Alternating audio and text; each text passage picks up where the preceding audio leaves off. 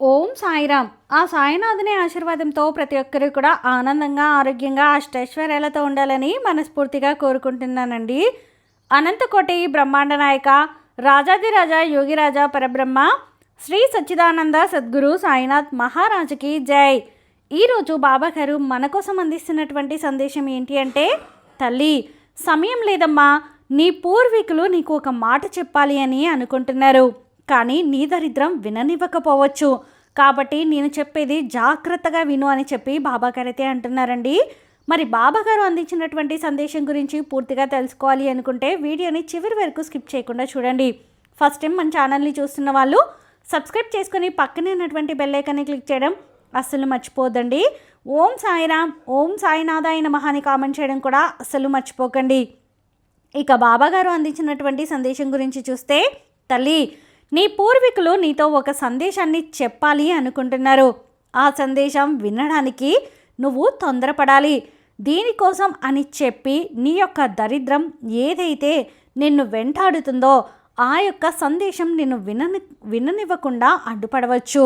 ఎందుకంటే ఆ యొక్క కర్మానుసారం అనుభవించాల్సినటువంటి కర్మలను నీ యొక్క పితృదేవతల యొక్క ఆశీర్వాదంతో నువ్వు పడే కష్టాలు కొన్నింటి నుంచి విముక్తి పొందే అవకాశాన్ని ఆ యొక్క పితృదేవతలు నీకు అందిస్తున్నారు.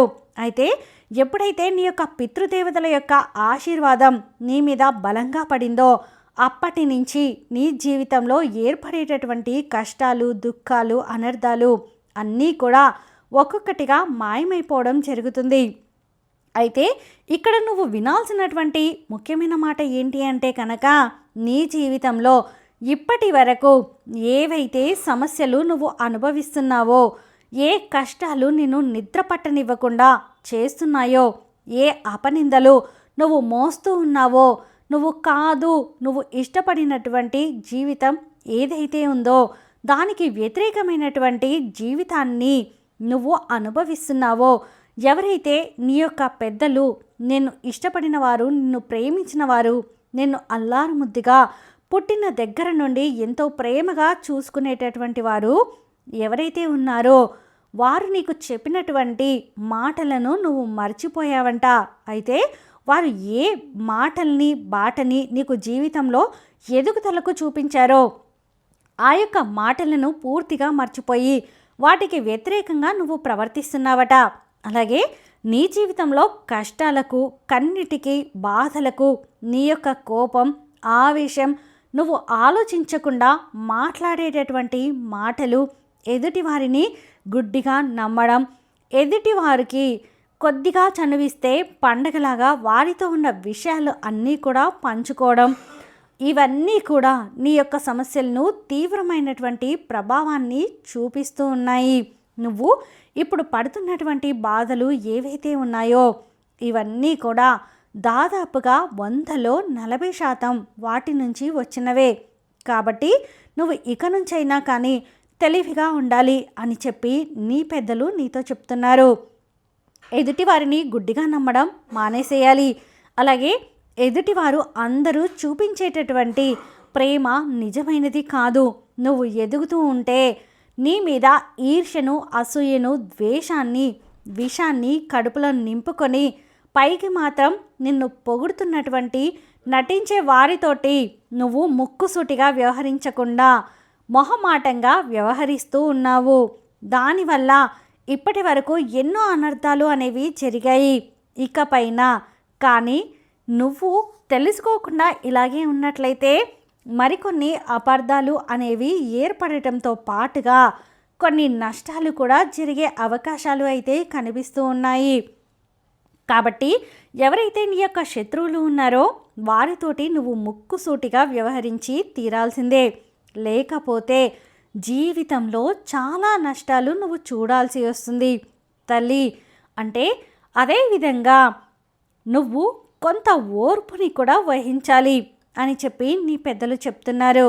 నీకు ఎప్పుడైతే కోపం, ఆవేశం ఇంకా వచ్చేసి నన్ను ఒకరు ఒక మాట అన్నారు, నేను వారిని ఖచ్చితంగా ఏదో ఒక రకంగా మానసికంగా అని తీరాల్సిందే, వారి ఎదురుగా సూటిపోటి మాటలుగానైనా కూడా అని తీరాల్సిందే అని చెప్పి అనుకునేటటువంటి భావన ఏదైతే ఉందో ఆ భావనని కూడా నువ్వు మార్చుకోవాలి. ఎదుటివారు కుక్క లాంటి వారు. కుక్కలు ఎన్నో అరుస్తూ ఉంటాయి, మొరుగుతూ ఉంటాయి. ఆ కుక్కలతో పాటుగా నువ్వు అరవాల్సిన అవసరం లేదు. నీ ధ్యాస, నీ శ్రద్ధ, నీ ఓర్పు ఇవన్నీ కూడా నువ్వు ఎదుగుదలగా మార్చుకోవడానికి, నిన్ను నువ్వు నైపుణ్యంగా తీర్చిదిద్దుకోవడానికి, నీ భవిష్యత్తును నువ్వు బంగారంలా మార్చుకోవడానికి, నలుగురిలో అంటే ఏం జరుగుతుంది, ఏం మాట్లాడతారు, ఏమనుకుంటున్నారు, వీటన్నిటినీ కూడా తీసి పక్కన పెట్టి అసలు జీవితం నీది. ఏంటి, నువ్వు ఏం చేయాలి అనుకుంటున్నావు, నువ్వు ఏం సాధించాలి అనుకుంటున్నావు, నీ దగ్గర డబ్బును ఏ విధంగా నువ్వు ఖర్చు చేయాలి అనుకుంటున్నావు, ఏ విధంగా పొదుపు చేయాలి అనుకుంటున్నావు, వీటన్నిటినీ కూడా దృష్టిలో పెట్టుకొని నీ మీద ప్రేమ లేని వారిని వదిలిపెట్టి నీ గురించి నువ్వు ఆలోచించుకోవడం మొదలుపెట్టినప్పుడే నా ఆత్మ శాంతి లభిస్తుంది తల్లి. ఎందుకంటే నేను బ్రతికున్నప్పుడు నీకు ఎన్నో విషయాలు చెప్పాను. ఇప్పుడు ఈ విషయాలన్నీ చెప్పడానికి నీ కళ్ళ ముందు నేను లేకపోవచ్చు, కానీ నా మాటలు ఎప్పుడూ నీ చెవిన వినపడుతూనే ఉన్నాయి. కానీ ఒక్కొక్కసారి చెరువులో మునిగిన వాడికే లోతెంతో తెలుస్తుంది అన్నట్లుగా నువ్వు బాధల్లో ఉండి నువ్వు ఆ అనుభవాన్ని అనుభవిస్తున్నప్పటికీ నా మాటలు గుర్తు చేసుకొని కాస్తంత కొంత పాటించే ప్రయత్నం చెయ్యి.